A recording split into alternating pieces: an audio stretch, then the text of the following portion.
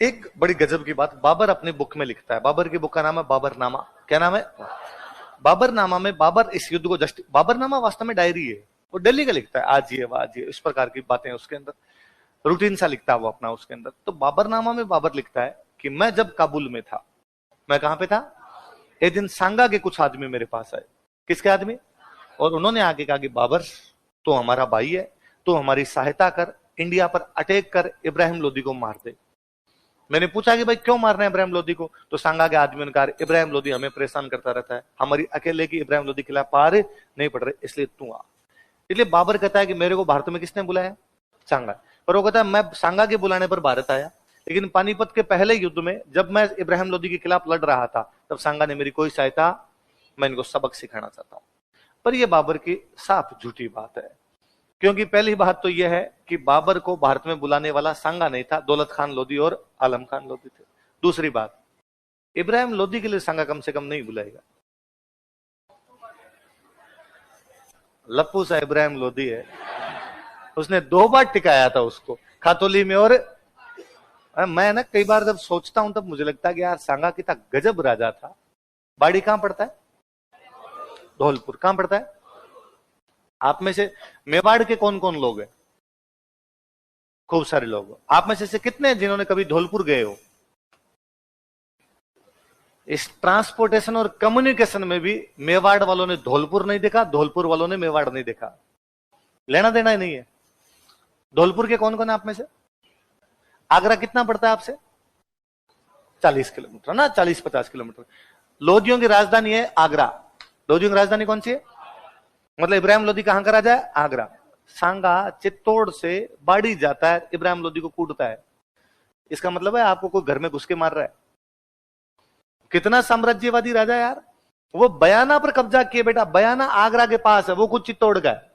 मैं मेरे एक दोस्त को हमेशा हंसता रहता हूं, उनका कोई एग्जाम था साल भर, दो एक साल पहले, और उसका सेंटर आ गया उनका भरतपुर, वो खुद मेवाड़ के। मैं रूम गया था, रूम जाते मैंने पूछा अरे सेंटर कहां है आपके एग्जाम का? तो उन्होंने कहा यार सेंटर बड़ा कोर्ट सा दे दिया यार इन लोगों ने इस बार। कैसे? तो यार सेंटर भरतपुर दिया है। मुझे क्या दिक्कत होगी? उनका यार जयपुर दे देते यार, ये बैठे ये एग्जाम दे लेते, उदयपुर दे देते तो घर पे जाए आते यार, जोधपुर दे देते तो भी सिस्टर की शादी कर रखे यार जाके आते, और इन इलाकों में मैं भरतपुर यार मेरी जिंदगी में नहीं गया कभी। अब भरतपुर कहाँ जाएंगे, कहाँ रुकेंगे? तो मैंने कहा यार कहाँ जाएंगे कहाँ रुकेंगे वाले छोड़ो, अपने भरतपुर में भी सैकड़ों दोस्त, इतने सालों से जयपुर बैठे तो भरतपुर के भी अपने खूब सारे जानकार है। और फिर रुकने वाली समस्या तो अब है भी नहीं, होटल में जाओ रुको, सुबह एग्जाम दे के आ जाओ यार, इसमें क्या समस्या है? तो उनका तो भी यार थोड़ा अलग सा है, कभी गए नहीं। तो मैं उनको हंसने लग गया कि अंतिम मेवाड़ी जो भरतपुर गया था वो सांगा था। सांगा के बाद कोई मेवाड़ी कभी भरतपुर, और सांगा खानवा में हार गया था। तो यदि आपको खानवा का बदला लेना है तो भरतपुर जाइए, एग्जाम में पास होइए, ताकि खानवा के युद्ध का बदला लिया जा सके यार। तो वो हम हंसने लगेगा, हाँ यार आज अपने ये बात कर रहे हैं इस 21वीं सदी में बैठ के कि यार अपने उधर तो कैसे जाएंगे, भरतपुर कैसे जाएंगे। सांगा कितना साम्राज्यवादी है कि वो बाड़ी के अंदर जाकर बयाना में जाके युद्ध लड़ रहा है। इससे अधिक साम्राज्यवादी क्या होगा? तो कम से कम इब्राहिम लोदी के लिए सांगा बुलाएगा नहीं। पर फिर भी बाबर लिखता है तो एक कारण उस वाला भी माना जाए। वो अपने आप को जस्टिफाई कर रहा है कि मैं क्यों अटैक कर रहा हूं। उसने कहा मैं इसलिए कर रहा हूं। बाबर का सेनापति कौन था? सुल्तान। तो पहले से एक बंदा बैठा मेहंदी ख्वाजा, सहायता करने के लिए कौन है? सुल्तान। इस युद्ध में किसकी जीत हुई? सांगा की जीत हुई। तो अब सांगा ने कहा कि अब अपने आगरा भी कब्जा कर लेते हैं। कहां कब्जा कर लेते हैं? आगरा। फिर दूसरा क्या हुआ? इब्राहिम लोदी तो मर गया था। इब्राहिम लोदी का छोटा भाई था महमूद लोदी। कौन था? उसको पता चला कि बाबर के खिलाफ कौन लड़ रहा है? सांगा। उसके भाई को किसने मारा था? बाबर। दुश्मन का दुश्मन दोस्त। तो महमूद लोदी सांगा के पास आ गया। उसने सांगा को कहा कि भाई सांगा, पहले अपनी भले लड़ाई हो रखी थी पर अब दोनों का दुश्मन एक है बाबर, इसलिए दोनों मिलके लड़ते हैं। सांगा ने कहा ठीक है तुम मेरा साथ दो, मैं तुम्हें आगरा दिलवा दूंगा। क्या दिलवा दूंगा? तो अब बाबर को पता चला कि अफगान और सांगा आपस में मिल गए और कहां पर हमला करेंगे? आगरा। तो बाबर को लगा अब आगरा बचाना जरूरी, तो अब बाबर खुद लड़ने के लिए है आगरा से उधर। बीच में इधर बयाना से आगरा के बीच में एक जगह पड़ती है खानवा। कौन सी जगह? तो इस बार लड़ाई कहां पर हुई? खानवा। पहले वाले के 1 महीने बाद। वो कब हो रहा है? 16 फरवरी। ये है भाई आपका 17 मार्च। ये तारीख याद रखना। बाबर आ गया आगरा से, सांगा इधर से गया हुआ है, खानवा मैदान में सेनाएं आमने सामने पड़ी है, लड़ाइयों की तैयारी कर रहे हैं। महीने भर का टाइम लिया दोनों ने बीच में अपनी सेना वेना लगाने में। अब से 17 मार्च को लड़ाई करनी है। 16 मार्च को बाबर अपने सैनिकों को इकट्ठा करता है और बाबर सैनिकों को इकट्ठा करके कहता है कि अपने कल सांगा के खिलाफ लड़ेंगे। हाउस द जोश। सैनिकों ने कहा लो सर। कैसे? सैनिकों ने सांगा के खिलाफ लड़ने से क्या कर दिया? सैनिकों के कारण सीधे सीधे 2। एक तो एक कारण तो यह था कि बाबर जब काबुल से आया था इब्राहिम लोदी के खिलाफ लड़ने के लिए पानीपत में, तब वो अपने सैनिकों को कह के लाया था कि अपने दिल्ली आगरा लूटेंगे और लूट के वापस आ जाएंगे, लेकिन वो वापस नहीं गया, यहीं रुक गया। इसलिए सैनिकों को घर की याद आ रही थी, और लगा संदेश से आते हैं डेली डेली गाना पड़ता है हमें, और ये क्या तरीका, 1 साल हो गया तेरे को यहाँ पे, 1526 में आए, तेरा क्या आ गया 1527, तो यार हमें घर की याद आ रही है, हमें घर वापस जाना है। दूसरा कारण ये था कि जब बाबर यहाँ पर बैठा था तो उसने सांगा का पता लगाया कि बस सांगा कैसे लड़ता है, क्या इसका बैकग्राउंड है, और तो पता चला कि आज दिन तक सांगा किसी भी युद्ध में हारा नहीं, और जो कोई इसके सामने गया है उसको इसने भगा भगा के मारा है। और पता चला कि सांगा जब खानवा में लड़ने के लिए आया तो उसका एक पैर नहीं है, एक हाथ नहीं है, एक आंख नहीं है, एक कान नहीं है, 80 घाव थे उसके शरीर पे। कितने घाव थे? 80 घाव लगे थे तन में, फिर भी व्यथा नहीं थी मन में, कि 80 घाव उसके तन पे थे, उसके मन में कोई भी चिंता। हरिवंश राय बच्चन कहते हैं, मन के हारे हार है न मन के जीते। यदि आपके मन में हो कि अपने को जीत मिल सकती है तो हो जाएगी, आपके मन में यह है कि अपने हार जाएंगे तो कभी भी आप जीते। रोता जावे वे मरे डांगा समाचार लियावे, जो रोते हुए जाते हैं वो मृत्यु का समान। मेरे को अब भी याद है, पहले घर में टाबर हुआ करते, घर वाले कहते वहां जा वो काम करके आ, और अपने पहले कहते ना वहां तो अभी जाऊंगा तो वो काम नहीं होगा, तो घर वाले कहते तो पक्का ही नहीं होगा। पहले रोने लग गया, अब वो काम होगा नहीं, और ज्यादातर मामलों में ऐसा काम होता, अपने वापस आकर हुआ ही नहीं होता, हमने तो पहले कह दिया था, तू पहले ही रो रहा था, तो कैसे होगा। तो मन में तो कम से कम जीत हमेशा होनी चाहिए। आप भी आरएस की तैयारी करते हो, तैयारी आरएस की करते हो, पर मन ही मन सोचते हो आरएस में तो क्या ही होगा, छोटा मोटा कुछ ना कुछ दे लेते हैं, इधर उधर अटक जाए, कहीं बाबू बन जाए तो ही ठीक रहे अपना। तो बाद में जब आदमी सोचता ही नहीं है तो बनता भी, वरना इंग्लिश वाली कहावत है, as you think so you become, जैसा आप सोचते हैं वैसा आप। और सोचना तो बड़ा ही सोचना, दूध खानी दोबा भर खानी, दोहरा माथा बैठ खानी।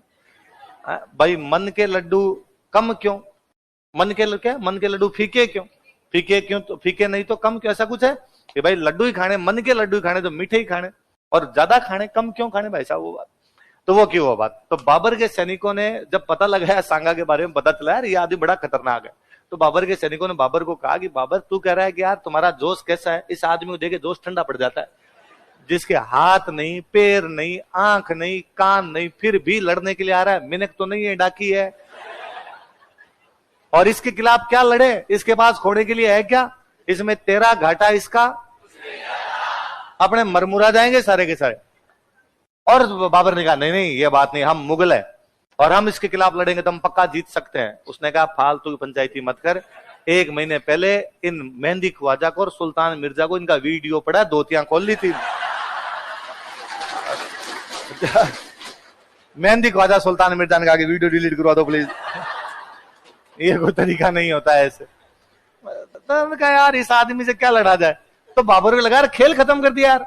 भाई यदि सैनिक लड़ना ही नहीं चाहेंगे, भाई मैं आपको कहूं कि आपको आरएस का पेपर देना, आपको जरा हम तो नहीं दे रहे, तो फिर मेरे करने क्या मतलब, पढ़ाने का मतलब क्या हुआ।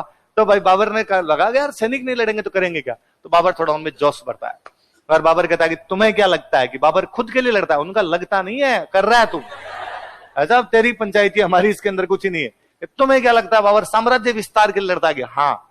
बाबर ने कहा नहीं, बाबर ना खुद के लिए लड़ता है ना साम्राज्य विस्तार के लिए लड़ता है, जिहाद है। क्या है? जो धर्म की लड़ाइयां हुआ करती उनको क्या बोला करते?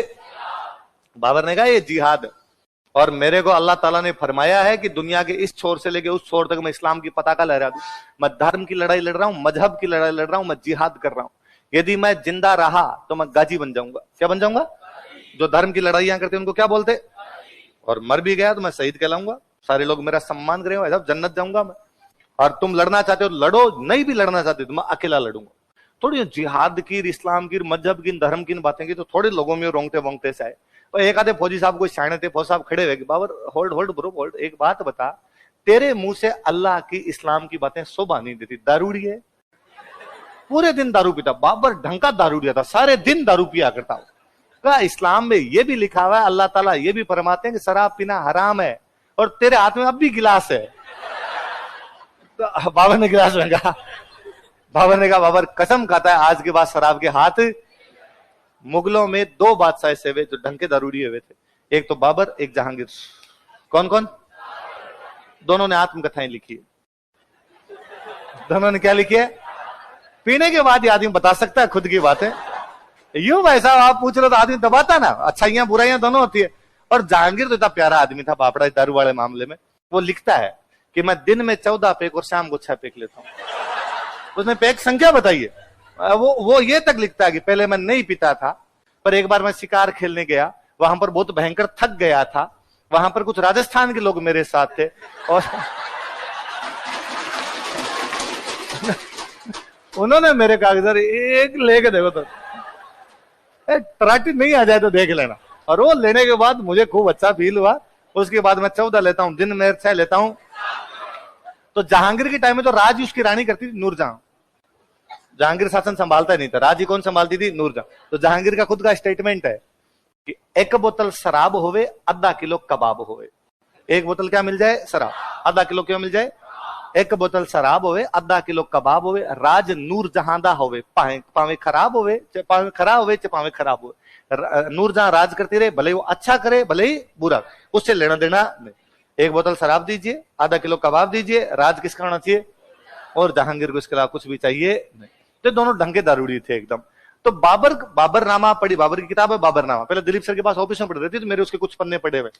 तो वो जगह जगह लिखता है, आज मैं सुबह खड़ा हुआ, शरीर टूट रहा था भयंकर तरीके से, फिर मैंने 2 पेक लगाए, तब जाके चढ़ा, ठीक हुआ। दोपहर में मेरा कोई मूड नहीं था पीने का, रिश्तेदार घर पे आ गए थे, रिश्तेदारों को सूखा खाना तो कैसे खिलाता, उनके चक्कर में 2 पेक लिए। शाम को तो बारिश ही हो रही थी ना, मौसम ही ठंडा था, मौसम की नजाकत को देखते हुए तो वो सारा दिन पीता हो। तो साहब खड़े उन्होंने कहा रे इस्लाम में शराब पीना हराम है, दारूड़ी है, तुम दारू पीता है और फिर बात करता है इस्लाम में ये है वो है, तेरे मुंह से धर्म की बातें अच्छी नहीं लगती। बाबा ने फेंक दिया। बाबा ने कहा आज के बाद मैं शराब के हाथ ही नहीं लगाऊंगा। एक फौज साहब ने कहा अंदर एक पेटी पड़ी है। बाबा ने कहा फोड़ दो सारी की सारी। एक फौज साहब और खड़े, उनका बाबर इस्लाम में यह भी लिखा हुआ है कि मुसलमान राजा मुसलमान व्यापारियों से कोई टैक्स नहीं लेगा और तू मुसलमान व्यापारियों से टैक्स लेता है। बाबर एक टैक्स लिया करता था, तमगा। कौन सा टैक्स लेता? मुसलमान व्यापारियों से कौन सा टैक्स लिया जाता? और बाबर ने कहा कि मैं कसम खाता हूं आज के बाद किसी भी मुस्लिम व्यापारी से तमगा कर।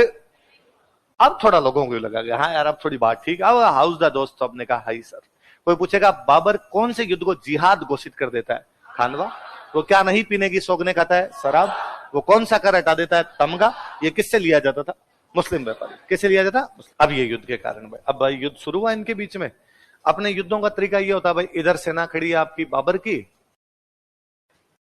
सामने सेना लगा दी आपके सांगा ने। बाबर वह पहला राजा था जो उत्तर भारत में तोपें लेके आया था। उत्तर भारत में क्या लेके आया था? बाबर से पहले भारत में तोपों का इस्तेमाल किसी ने नहीं किया था। तोप मतलब बारूद। इससे पहले बारूद का इस्तेमाल नहीं था। इससे पहले क्या लड़ाई थी? तलवार से तलवार, भाले से भाला, तीर कमान से तीर कमान, घोड़े से घोड़े वाला लड़े, हाथी से हाथी वाला लड़े, पैदल से पैदल लड़े। अपनी लड़ाइयां वो थी। बाबर पहली बार क्या लेके आया था? तोपें। एक तो अपने वालों को कभी तोपें देखी नहीं थी, आउट ऑफ सिलेबस हो गया था एग्जाम में पूरा एकदम। फिर दूसरा अपने साथ ये दिक्कत और थी, जैसे मान लो इसमें लिखा वागड़ का उदय सिंह, तो वागड़ का उदय सिंह अपने 7000 फौजी लेके आया, तो वो यहां पर खड़ा है कि उदय सिंह खड़ा है यहां पर। आमेर का पृथ्वीराज मान लो अपने 4500 फौजी लेके गया, तो वो यहां पर खड़ा है।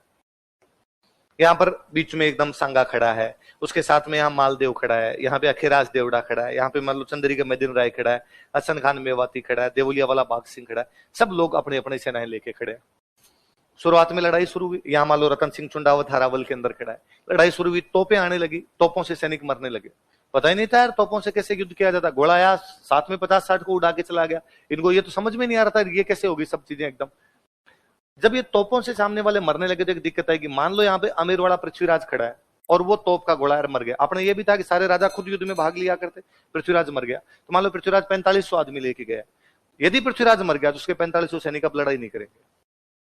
उन्होंने कहा भाई हम किसके पीछे आए थे? वो मर गया, अब हम बाहर। पता चला आधे घंटे बाद में उदय सिंह मर गया वागड़ वाला।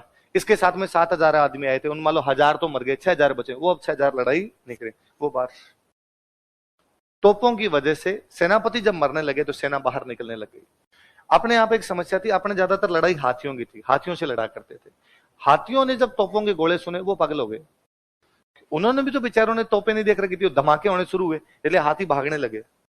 भागते हुए हाथी को आप कंट्रोल नहीं कर सकते, इसलिए हाथियों ने इनकी सेना को कुचलना शुरू कर दिया। थोड़ी देर में इनके समझ में आ गई बात कि इन तोपों की वजह से अपने मर रहे हैं, तो इन्होंने लोकेशन थोड़ी चेंज की, यार साइड में हटके, साइड में से हटके लड़ो अपने। इतने बाबर एक गेम और खेल गया। बाबर ने इतने बाबर जब ये सैनिक इधर हाथियों की वजह से मर रहे हैं, तोपों की वजह से मर रहे हैं, तो एक तो सांगा ने ये कहा कि मुझे सबसे आगे ले जाके खड़ा कर दो। साथ वालों ने कहा कि साहब आपके हाथ नहीं, पैर नहीं, आंख नहीं, कान नहीं, क्या करोगे आगे जाके? सांगा ने कहा यदि मैं आगे आगे जाके लड़ूंगा तो पीछे सेना को लगेगा कि हमारा राजा आगे लड़ रहा है, मोटिवेट होगी सेना, सेना वापस नहीं जाएगी, सेना लड़ लेगी मेरे को देख के। इसलिए सांगा को सबसे आगे खड़ा कर दिया। ठीक ठाक लड़ाई चल रही है, इतने में बाबर अपना एक दांव खेल था। वो उज्बेकिस्तान से आया हुआ था। उज्बेकिस्तान में एक लड़ाई का तरीका था तुलगुमा। कौन सा था? अपने यहाँ पे लड़ाई थी कि आमने सामने लड़े, भाई ये है इनसे ये लड़े, इससे ये लड़ ले, इससे ये लड़ ले, इससे अपने सीधी सीधी लड़ाई होती। और उसमें अपने राजस्थान वालों की लड़ाई है तो और बड़ी गजब की थी कि अपने तलवार से लड़ रहे हैं, सामने वाले की तलवार टूट गई तो अपने वाले खड़े हो जाते, नहीं लिया। और अपने मानते भाई तेरे पास तलवार है ही नहीं तो तू कैसे लड़ेगा। और वो यदि कहती था भाई मेरे पास नहीं तो अपने वाले कहते रुक मेरे पास दो है, ये एक तू ले ले एक मैं ले लेता। ये भावना अपने में अब तक है ना। मेरे कोई कहता ना भाई अपने राजाओं ने दिमाग नहीं लगा, तो मुझे लगता है ये तो अब भी है अपने में। मैं कहता हूं अब भी कॉलेज टाइम के अंदर और कभी कोई लड़ाइयां हो जाती, स्कूल में कभी लड़ाई हो जाती, तो उसमें कोई आके दोस्तों में यूं बातें करता ना कि आज हमने उसको पीट दिया रे, तुम कितने लोग थे कि 5, वो कितना था 1, और दोस्त हम आलोचना कर दिया करते, अरे यार अकेला था बापड़े क्या मरा रे, तुम 5 जने लगे मर गए। वो भी हमारा कोई दोस्त आके कभी कहता या कभी ऐसी कोई बात सुनते, एक दोस्त यार उसने कहा यार उसके सिर में लगी हुई है, यहाँ पे लगी हुई है, अरे क्या हुआ क्या वहां पे मेरी लड़ाई हो गई थी, वो कितने लोग आए थे कि 5 आए थे, क्या हुआ तो उन्होंने मेरे को पीटा, पर मैंने भी उनके 2-4 के सिर फोड़ दिए थे। शाबाश मेरे चिते, कोई बात नहीं, भाई का इलाज करवा लेंगे, पर भाई वहां से भागा। ये अपने ही मानते थे, आज भी अकेले को पीट दे अपने उनको कभी बहादुरी का तमगा देते नहीं। अपने वो भावना तब भी थी यार जब जिसके पास हथियार नहीं उसे लड़ा कैसे जाए। बाबर यहाँ साम दाम दंड भेद जानता है, उसको जानता था लड़ाई में जीत होती है लास्ट में। सिद्धांत विधांत आपके बहुत साइड के अंदर रह जाते हैं। उसने एक काम किया, उधर उसने एक सेना इधर से उतरी, एक सेना इधर से उतरी, 3 तरफ से घेर के मारते थे, इसको क्या बोलते थे? अब मैं सामने वाले से लड़ रहा हूं इससे, तो मैं ये तो सोच ही नहीं सकता ना एक इधर से भी आके मारेगा मुझे लगता था इसके खिलाफ लड़ रहा हूं, या तो ये मुझे मार देगा या मैं इसको मार। इतने में इधर से तिरछा एक और आगे मारने लगा, तो मैंने पहले तो उसको ये कहा कि चीटिंग है चीटिंग, सामने से आओ, ऐसे नहीं लड़ सकते। इतने मार मुर गए। इधर तुलगोमा में सैनिक मर रहे हैं, तोपों से लोग मर रहे हैं, सेनापतियों की वजह से सेना बाहर निकल रही है, हाथियों की वजह से सैनिक मर रहे हैं। बाबर ने देखा कि सांगा सबसे आगे आगे लड़ रहा है ताकि सेना का मोटिवेशन दिया जा सके, और सेना वास्तव में मोटिवेट होगी, उसकी ठीक ठाक लड़ रही है इस समय। तो बाबर ने फिर दिमाग लगाया, उसने पूरी कैलकुलेशन बिठा रखी थी। उसने अपने 1001 लोगों की एक टुकड़ी थी जो तीर चलाना जानती थी, उनको कहा तुम एक ही काम करो, सारे के सारे तीर सांगा पे मारो, सारी की सारी एक टुकड़ी को पूरी यहां लगाई जाए, क्योंकि यदि सांगा मर गया तो उनकी पूरी सेना ही वापस चली जाएगी। तो उन्होंने कहा जब सांगा को मारना इतना सरल भी तो नहीं है, उसके चारों तरफ भी तो बाउंड्री, वो हमें मारेंगे, कोई बात नहीं, 1000 है 999 में मर जाएंगे, एक का तीर भी सांगा के लग गया अपना काम हो जाएगा ना। और सारे के सारे तीर जब सांगा पे लगे, सांगा को तीर लगता है, सांगा मरता फिर भी नहीं है, पता नहीं कितना चिड़ा आदमी था इसमें। और वो हाथी का जो होदा होता है जिसमें बैठते हैं उसमें गिर जाता है पीछे। अब मैं यदि यहाँ हाथी पे बैठ के गिर रहा हूं ना, तो मेरे पीछे जितने लोग होंगे उनको मैं दिखूंगा, तो पीछे जो सेना खड़ी थी उसको दिखा पे सांगा गिर गया। सांगा गिर गया तो सब सैनिकों को पीछे वालों लगा, इसका मतलब अपने राजा तो मर गया, अब लड़के क्या करें, पीछे वाली सेना हट गई पीछे। हालांकि मेवाड़ में रिवाज था कि जब भी मेवाड़ की सेना कहीं भी लड़ने के लिए जाती तो हमेशा जो उसका सेनापति होता है वो सलुम्बर का होता है, और वो कौन था? और यदि राजा किसी भी वजह से युद्ध से बाहर निकल गया, घायल होने की वजह से निकल गया और किसी वजह से निकल गया, तो हमेशा सादड़ी का जो झाला होता ना वो राजा का मुकुट पहन के लड़ा करता था। तो जैसे सांगा घायल हुआ, मालदेव और अखिराज देवड़ा उसके साइड में थे दोनों, मालदेव अखिराज देवड़ा हाथों हाथ सांगा को वहां से निकालते हैं, झाला अज्जा को सांगा वाला मुकुट देके कहते तू हाथी पर चढ़ जा, वो फटाफट हाथी पे बैठ के लड़ाई करता भी है। लेकिन तब तक इनकी सेना इतनी लंबी चौड़ी थी कि मिसकम्युनिकेशन हुआ और पीछे वालों तक ये सूचना ही नहीं पहुंचा सके कि सांगा मरा नहीं है, घायल हुआ है, पीछे वाली सेना ही लूट वापस लौट चुकी थी। बाबर इस युद्ध को जीत गया। बाबर ने जीतते ही उपाधि धारण की, गाजी क्या उपाधि धारण की? जो धर्म की लड़ाइयां जीतते उनको क्या बोलते?